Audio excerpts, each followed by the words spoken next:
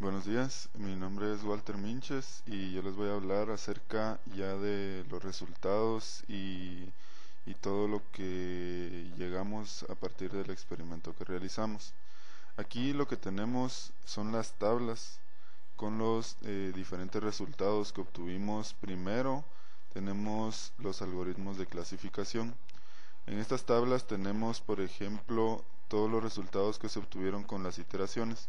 Tenemos primero, en el caso de que no habían valores perdidos, utilizando directamente el dataset que se descargó del sitio de Weka, como ya se había mencionado antes, y luego pues con los diferentes porcentajes de datos perdidos que fuimos ingresando.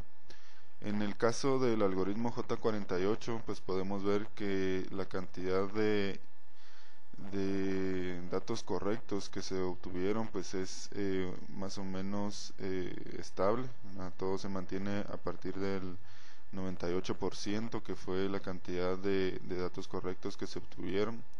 Luego tenemos siempre sobre el sobre la técnica de clasificación, tenemos el naive Bayes, que igual se mantiene por el 92%, ¿verdad? Siempre estable.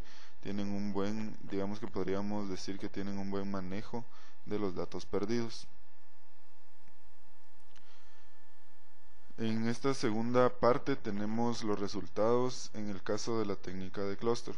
Tenemos los dos algoritmos que se utilizaron, Simple K-means y el de Farthest First.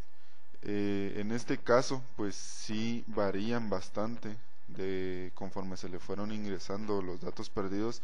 Tenemos, por ejemplo, en el Simple K-means, en el caso de que estamos tomando los datos directamente, el dataset completo, tenemos simplemente un 24% de digamos de exactitud o de elementos correctos que se obtuvieron.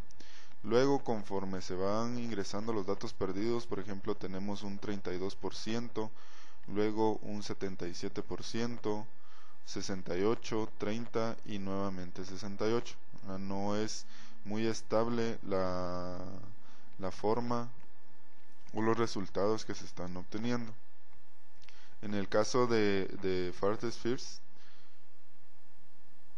tenemos que este va aumentando su efectividad conforme vamos agregando los datos perdidos.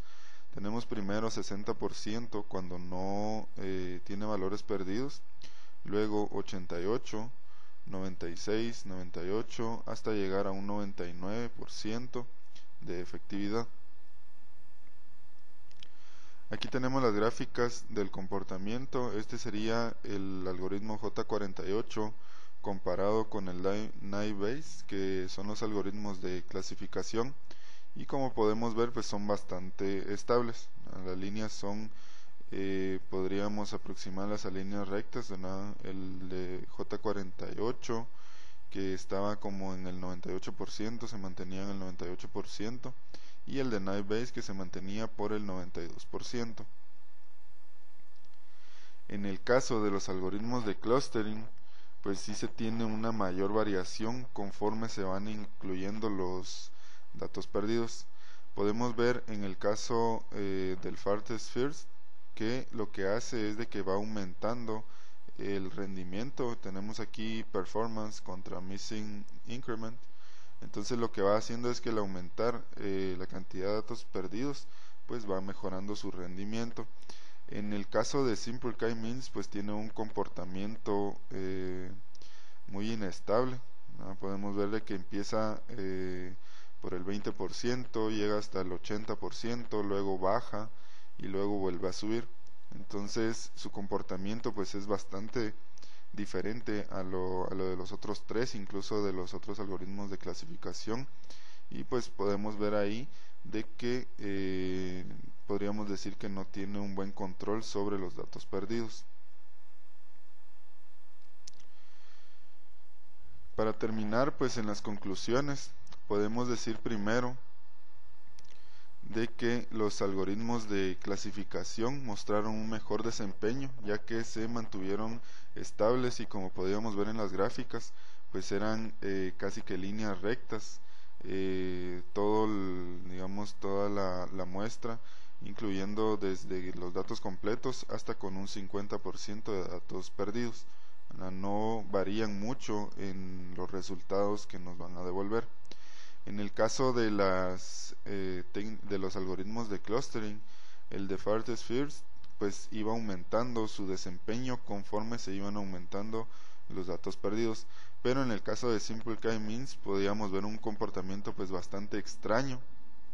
Ahí que se tendrían que hacer más pruebas para validar por qué es de que está este comportamiento tan extraño, ¿verdad? Que empezaba desde el 20%, después subía, bajaba y volvía a subir. Entonces el de Simple K-Means pues es el que mostró más inestabilidad, por decirlo así, en el ingreso de datos perdidos. Una de las cosas que se pueden ver pues es cierta tendencia que podemos haber producido por la forma en cómo se ingresaron los datos.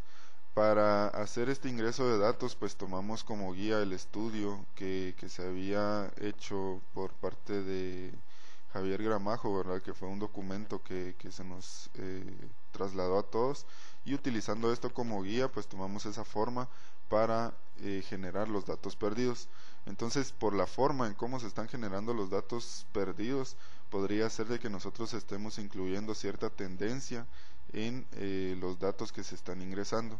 Entonces, para poder llegar a una conclusión realmente válida o definitiva, se tendrían que hacer diferentes pruebas, no solo a una, como en el caso de este experimento, ¿verdad? Que pues nos limitamos a hacer un tipo de prueba con una cierta cantidad de datos, pero para realmente evaluar el desempeño completo deberíamos de utilizar diferentes datasets, deberíamos de manipular todas las configuraciones que tienen estos algoritmos, ¿verdad? Tienen diferentes propiedades dentro de la herramienta de Weka. Nosotros podemos configurar diferentes propiedades de estos algoritmos y en base a esto pues ir viendo cuáles son los resultados.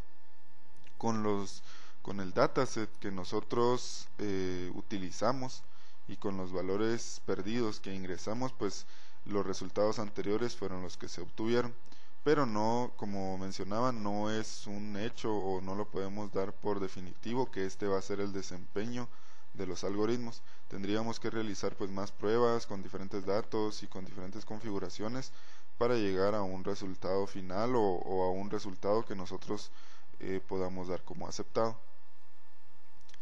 Y entonces pues muchas gracias. Esta fue